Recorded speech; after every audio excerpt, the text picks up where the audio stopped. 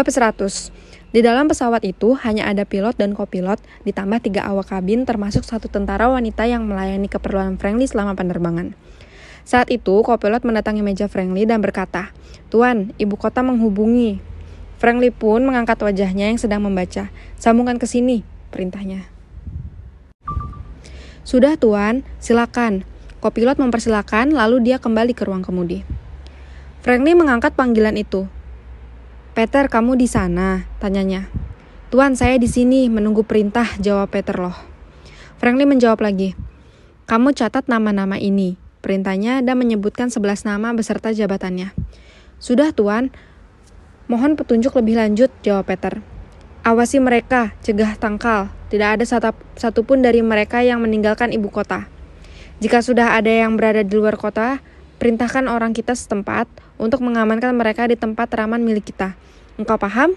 Perintah Franklin lebih lanjut. "Dimengerti dan dilaksanakan. Apakah ada lagi yang lain, Tuan?" jawab Peter loh. Franklin mematikan sambungan dan dia lanjut membaca karena perjalanan membutuhkan 2 jam untuk tiba. Kita kembali lagi ke gedung walet milik Henrico. Randall yang mendengar perkataan Randu sudah merubah semua pikirannya yang meragukan Franklin. Sudah 3 orang yang mengatakan hal yang sama, maka dia harus percaya. Apakah dia tidak meninggalkan pesan sebagaimana kepada tahanan lain? Apakah akan diinterogasi? Jawab Fang Long.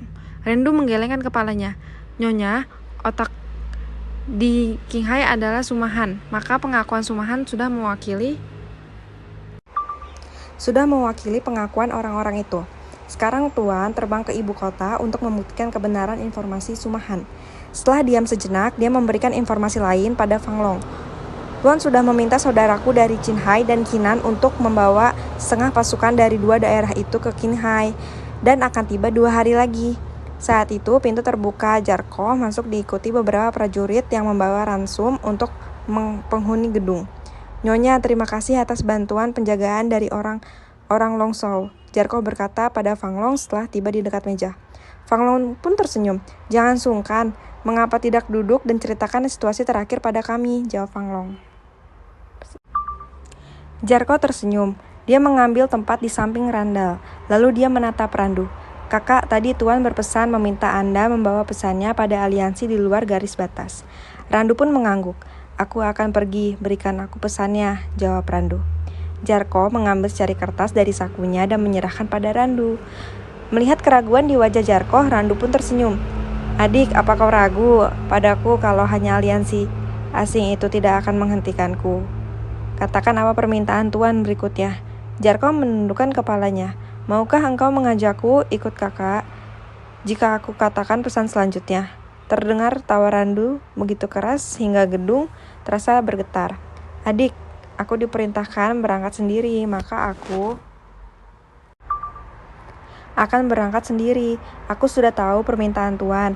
Dia ingin aku mengambil kepala jenderal pimpinan aliansi jika permintaan Tuan ditolak. Betul kan?" kata Randu menebak. Jarkov menganggukkan kepalanya. "Aku akan berangkat fajar nanti, maka tengah hari aku sudah kembali dengan kepala pimpinan aliansi jika mereka berani menolak permintaan tuanku," kata Randu. "Baik kakak, besok aku menunggumu di sini menyiapkan anggur untukmu," jawab Jarkov sambil berdiri. Lalu menghadap Fang Long. "Nyonya, aku harus kembali ke pusat komando menunggu kabar dari ibu kota," katanya berpamit. Setelah Jarkov meninggalkan ruangan, Fang Long menatap Randu meminta penjelasan darinya. Randu tersenyum. "Tuan sudah menurunkan perintah, aku akan melaksanakannya." "Nyonya tidak perlu khawatir," katanya menenangkan Fang Long. "Tapi engkau sendiri menghadap ribuan tentara?" tanya Fang Long. Randu kembali tertawa. "Aku dan Tuan pernah menghabisi ribuan musuh di dalam markas mereka. Hanya kami berdua menghadapi ribuan prajurit dan ahli bela diri dari Asia Timur dan Timur Jauh. Engkau lihat aku di sini saat ini." Jelas Randu mengurangi kekhawatiran Fang Long. Fang Long pun tersenyum. "Jika dia ada di sampingmu, maka aku tidak khawatir. Walau 1 juta orang, kalian berdua bisa menghadapinya. Namun saat ini engkau sendiri." Terdengar kembali tawa Randu. "Nyonya, dengarkan perintah Tuan. Perintah Tuan itu hanya mengambil kepala pimpinan aliansi, bukan menyuruhku menghabiskan semua tentara musuh. Jangankan hanya mengambil kepala orang, diperintahkan untuk menghabisi semua tentara di sana akan aku lakukan. Apa engkau paham sekarang?" jawab Randu. Mendengar penjelasan Randu, Fang Long tertawa senang. Perintah Frankly hanya mengambil kepala pimpinan asing itu pekerjaan mudah bagi Randu. Engkau berhati-hatilah menjalankan tugasmu, kata Fang Long kembali tertawa. Randall yang masih duduk di sana menjadi bingung melihat tingkah dua orang di hadapannya ini. Setelah dia mencerna kata per kata yang diucapkan Randu, dia tersenyum mengerti. Fang Long bertanya, setelah mengambil kepala maka akan terjadi pertempuran, bukan? Randu menggelengkan kepalanya. Aliansi asing itu pengecut, mereka hanya mengandalkan teknologi dalam bertempur. Di hadapan mereka adalah gurun luas, tidak ada tempat bagi mereka untuk menyembunyikan senjata mereka, bukan? Fang Long menganggukkan kepalanya dengan kondisi alam di barat memang sulit bagi orang asing untuk membawa masuk alat tempur mereka. Bagi mereka yang ingin masuk menyerang negeri ini, selalu garis barat akan terasa lebih berat melawan alam dibandingkan dengan militer yang menjaga perbatasan. Dan ini keuntungan negeri ini, pikir Fang Long. Malam berganti pagi, di pos keamanan markas aliansi asing, sebuah mobil diberhenti oleh petugas penjaga pos. Karena kesulitan dalam berbahasa, maka timbul kesalahpahaman antara pengemudi dengan penjaga. Pengemudi mobil itu, Randu yang sedang menjalankan misi. Komandan jaga mengambil alat komunikasi internal meminta ahli bahasa untuk menjadi penerjemah. Tak lama, seorang datang terburu-buru menuju pos. Ada apa? Tanyanya kepada penjaga sambil memandang Randu yang masih duduk di dalam kendaraannya. Komandan jaga menjelaskan dalam bahasa asing kepada penerjemah itu bahwa pengemudi itu tidak mau keluar dari kendaraan untuk diperiksa sesuai dengan prosedur normal di pos itu. Penerjemah memandang Randu lalu dia bertanya, "Kamu berasal dari Qinghai?" tanyanya pada Randu. Randu mengangguk, "Benar, aku kesini ingin bertemu pimpinan kalian untuk menyampaikan pesan tuanku," jawabnya. Penerjemah tidak percaya dengan keterangan Randu. "Apakah tuan Anda masih muda?" tanyanya memancing, karena dia tahu pelindung negeri yang menjadi tuan dari semua dewa perang yang ada di negeri itu. "Benar, tuanku masih sangat muda, bahkan tidak lebih dari 26 tahun usianya." Kembali Randu menjawab dan tetap duduk di dalam kendaraannya dengan mesin terus standby. Wajah penerjemah merubah sedikit. "Apakah kamu salah satu muridnya?" Dia kembali bertanya. Randu mengangguk. "Benar, aku murid keduanya," jawab Randu tegas. "Sampaikan pesan tuanmu padaku dan akan aku teruskan pada pimpinan pasukan di markas ini," pinta penerjemah. Randu tersenyum menggelengkan kepalanya. "Tidak bisa. Tuan memberikan perintah untuk bertemu pimpinan pasukan di sini untuk menyampaikan pesan." Kembali Randu menjawab tegas. Penerjemah tersenyum. Dia paham bahwa Randu benar utusan dari Qinghai. Dia lalu berkata pada Randu, "Baik, tunggu di sini, aku akan melapor." Dia berbalik menuju ke dalam markas untuk melaporkan kepada 5 pimpinan aliansi. 20 menit kemudian terlihat penerjemah berjalan kembali ke pintu masuk. "Pimpinan berkenan bertemu denganmu, namun engkau harus meninggalkan kendaraan dan senjatamu di sini," penerjemah berkata. "Sebentar, aku mau merakit kendaraanku dan aku tidak bersenjata," jawabnya sambil memajukan kendaraan ke pojok di luar tembok markas. Setelah memastikan dan melihat sekeliling, Randu pun meninggalkan mobilnya, lalu berjalan ke pos penjagaan untuk diperiksa. Seperti halnya Frankly, di dalam tubuh Randu banyak pecahan peluru yang masih berada dalam tubuhnya yang tidak bisa dikeluarkan. Randu tersenyum melihat penjaga bingung karena alat pendeteksi logam selalu berbunyi ketika melewati bagian tertentu tubuhnya. Komandan berkata pada penerjemah yang kemudian melanjutkannya pada Randu. "Ada apa di dalam tubuhmu? Kenapa alat ini selalu berbunyi ketika berada di dada kiri dan pahamu?" tanyanya. "Ada pecahan logam yang tidak bisa dikeluarkan di dada dan paha kananku," jawab Randu jujur. Penerjemah menyampaikan kata-kata Randu pada komandan jaga yang disambut dengan tawa olehnya beserta prajurit yang berada di sana. Menurut mereka itu tidak masuk akal. Pecahan peluru akan membuat infeksi jika besar, dan jika kecil akan mengikuti aliran darah menuju jantung yang mempercepat seseorang mati terkena serangan jantung. Melihat mereka tertawa, Randu memahami bahwa orang-orang ini tidak mempercayai kata-katanya. Dia lalu berkata pada penerjemah, "Orang-orang bodoh ini tentu tidak percaya. Mereka bisa mengambil alat scan dan membawanya ke sini untuk membuktikan kata-kataku benar." Penerjemah menyampaikan kata-kata Randu pada komandan jaga. Sejenak wajahnya berubah. "Ambilkan alat, mari kita buktikan kata-katanya," perintah komandan pada bawahannya. Tak lama kemudian, 3 prajurit mendorong sebuah alat menuju pos penjagaan. Alat tersebut seperti alat scan namun dalam bentuk kecil seperti hairdryer. Setelah memasang alat dan menghidupkan monitor, 2 prajurit yang baru datang melaksanakan pemindaian seluruh tubuh Randu sesuai perintah komandan jaga. Setelah melakukan pemindaian dengan alat itu, lalu disambung ke monitor besar di pos untuk dilihat hasil rekaman pemindaian tadi. Wajah prajurit dan komandan jaga berubah dan menatap Randu tidak percaya. Sedangkan penerjemah tersenyum. Dia melihat di dalam monitor posisi logam sedikit di atas jantung. "Persilakan orang ini masuk," perintah komandan jaga masih bingung melihat orang hidup dengan pecahan peluru di dalam dadanya. Penerjemah mengajak Randu memasuki area markas aliansi. Dia membawa Randu menuju tenda terbesar di tengah markas itu. Di dalam tenda besar itu berdiri 5 orang dan beberapa pengawal bersenjata di belakang mereka. Randu berjalan ke arah mereka dan berhenti 2 meter di depan 5 orang ini. Randu menatap penerjemah. "Mereka pimpinan markas ini?" tanyanya. Penerjemah mengangguk dan memperkenalkan nama dan asal negara pimpinan pada Randu. Mendengar penjelasan penerjemah, Randu mengeluarkan kertas dan menyerahkan pada penerjemah untuk disampaikan pada pimpinan markas ini.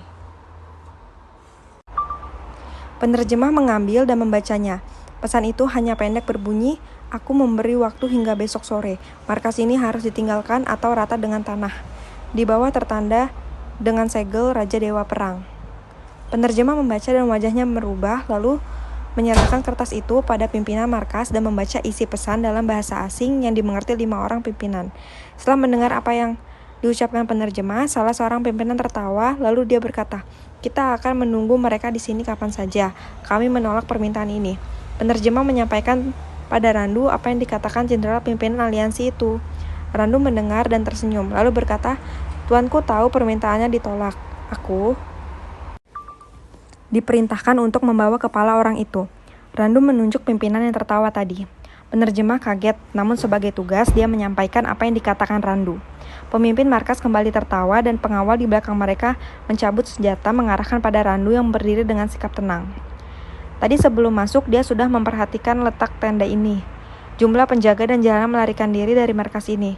Kini dia bersikap tenang dan memperhitungkan 5 pengawal di belakang. 5 orang ini tidak seperti prajurit biasa, namun dari satuan khusus negara masing-masing. Setelah pos tertawa, pemimpin markas berkata, "Bagaimana kamu bisa mengambil kepala saya dan membawa pulang jika kamu tidak bisa keluar lagi dari markas ini?" Lalu dia melanjutkan tawanya diikuti 4 orang lainnya. Penerjemah menyampaikan pada Randu apa yang dikatakan pemimpin markas aliansi. Namun penerjemah kaget karena Randu sudah bilang sebelum dia menyelesaikan perkataannya. Di sisi lain, suara pukulan dan orang jatuh terdengar beraturan hingga 5 kali. Suara pukulan ke-6 terdengar plak, dilanjutkan angin berdesir lewat di depan penerjemah. Detik berikutnya, 4 pemimpin yang masih mematung melihat ke belakang. 5 pengawal sudah jatuh pingsan atau mati, dan Jenderal Albert Collin sudah tidak ada lagi di dalam tenda. Kejadian yang terjadi dalam tenda begitu cepat. Detik berikutnya, dari pintu pos penjagaan terdengar letusan tembakan. 4 pimpinan yang tersisa berlari keluar memerintahkan untuk mengejar kendaraan yang melarikan diri itu dan membawanya kembali. "Jangan tembak hancur, di dalam mobil ada Jenderal Albert," teriak seorang pimpinan. 10 kendaraan darat meluncur mengejar. 2 helikopter mengudara ikut mengejar. Dengan komunikasi udara dan darat, posisi kendaraan Randu sudah terdeteksi. 10 kendaraan tempur khusus militer terus mengikuti petunjuk dari 2 helikopter. Pilot dengan menggunakan radio menghubungi markas. "Di sini H-21, sudah terlihat target, mohon izin menembak," pintanya pada markas. Di dalam markas, Komando 4 pemimpin berada di sana. "Berapa jarak kendaraan itu dengan garis batas?" tanyanya. Prajurit yang memantau helikopter menjawab, 2 kilometer, Jenderal. "Perintahkan H-21 menembak dengan senjata otomatis untuk melumpuhkan," perintahnya. Prajurit yang bertugas segera meneruskan perintah. Sementara Randu di dalam kendaraan SUV pesanan khusus masih tenang memacu kendaraannya menuju garis batas negerinya. Melalui kaca spion, dia dapat melihat beberapa kendaraan mengikutinya, namun tidak dapat mendekati kendaraan dan jarak tembak sepertinya sia-sia. Di tempat lain di garis batas, prajurit Yinghai melapor ada penampakan 2 helikopter melalui radar terbang ke arah mereka. Jarko dan Fang Long beserta Randall yang ada di dalam pusat komando saat mendengar laporan itu pun berbicara. "Kirim 5 helikopter lindungi kendaraan yang dikejar helikopter tersebut. Jika mereka berani melewati garis, maka tembak jatuh saja," perintah Jarko. Perwira yang berada di samping Jarko meneruskan perintah pada perwira satuan untuk dilaksanakan. Tak lama kemudian, 5 helikopter Z-10 terbang menuju ke arah 2 helikopter yang terdeteksi radar. Sementara Randu sibuk menghindari tembakan dari udara dengan senjata otomatis sambil memperhatikan GPS di mobilnya, mengarahkan mobilnya memasuki hutan kecil sebagai pembatas daratan dengan hamparan gurun di depannya. Bab 101. Randu kembali memukul pingsan orang yang berada di kursi penumpang, sementara dia memperhatikan GPS jarak posisinya saat ini dengan garis batas kurang 500 meter. Setelah memperhitungkan, Randu mengambil keputusan mengarahkan kendaraannya ke sisi gurun pasir. Perhitungan Randu tepat di depannya terlihat 5 titik kecil terbang ke arahnya. Dia menginjakkan gas lebih dalam sehingga kecepatan kendaraan tidak berkurang walau berjalan di atas pasir. Sementara tembakan terus terdengar di dinding mobilnya. Pilot helikopter kembali menghubungi markas meminta perintah karena ada 5 helikopter menghadang di depannya. 4 pimpinan aliansi yang tersisa hanya memiliki waktu beberapa detik untuk mengambil keputusan. Tarik kembali semua ke markas, perintahnya. Prajurit yang bertugas meneruskan perintah pada 2 pilot helikopter untuk menghentikan pengejaran dan kembali ke markas. 5 helikopter Z-10 terbang diam di udara di garis batas. Ketika mobil Randu mendekat, mereka menyambut dengan manuver terbang rendah di sisi kendaraan Randu. Melihat seperti ada 6 kendaraan darat yang menerbangkan pasir ke udara. Jarkov, Fanglong, dan Randall turun dari ruang komando keluar menuju kendaraan Randu memasuki markas. Periksa kendaraan ini, mereka memasang alat di kendaraanku. Jika tidak ditemukan, hancurkan kendaraan ini, perintah Randu begitu keluar dari mobil.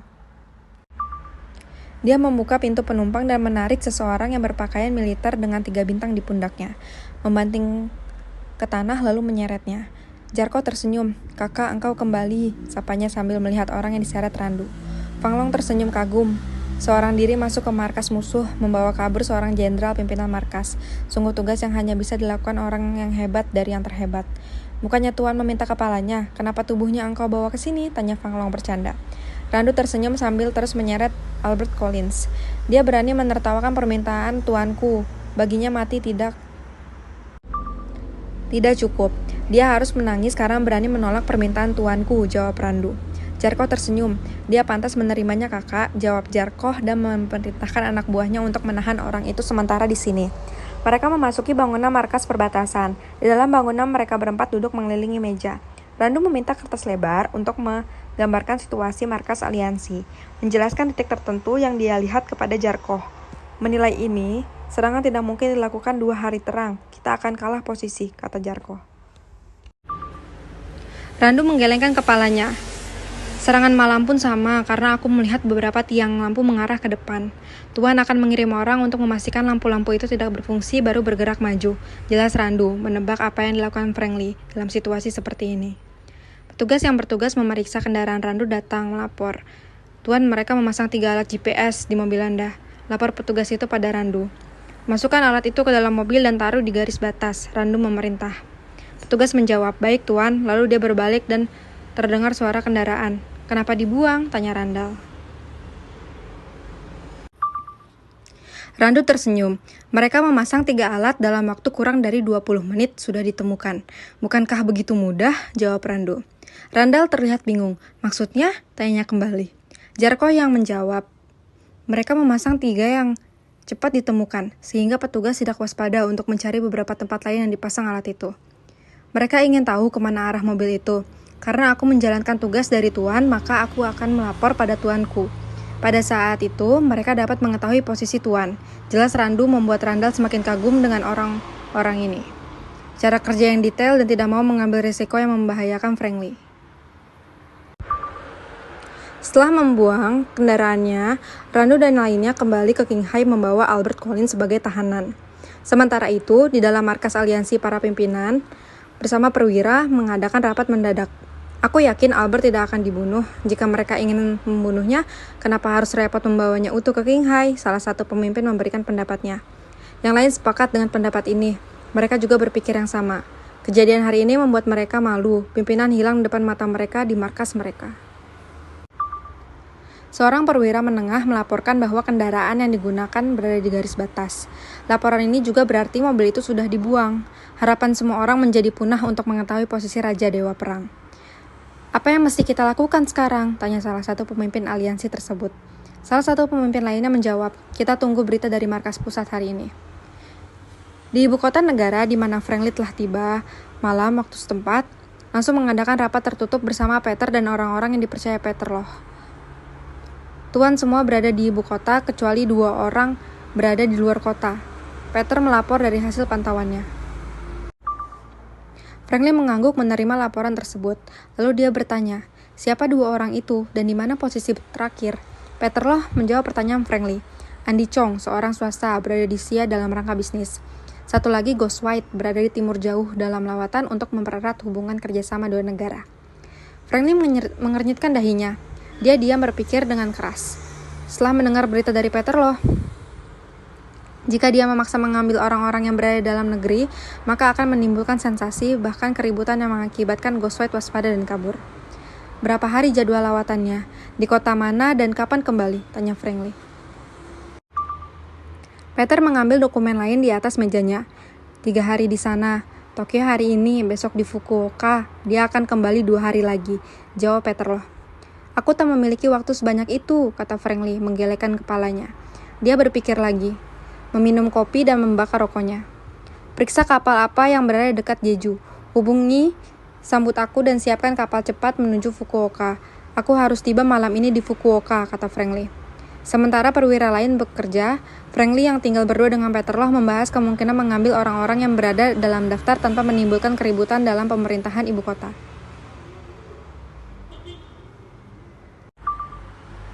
Ambil 3 jenderal tanpa menimbulkan insiden dan 4 orang swasta dan biarkan 3 orang sisanya karena jabatan mereka selalu mendapat sorotan publik, perintah Franklin.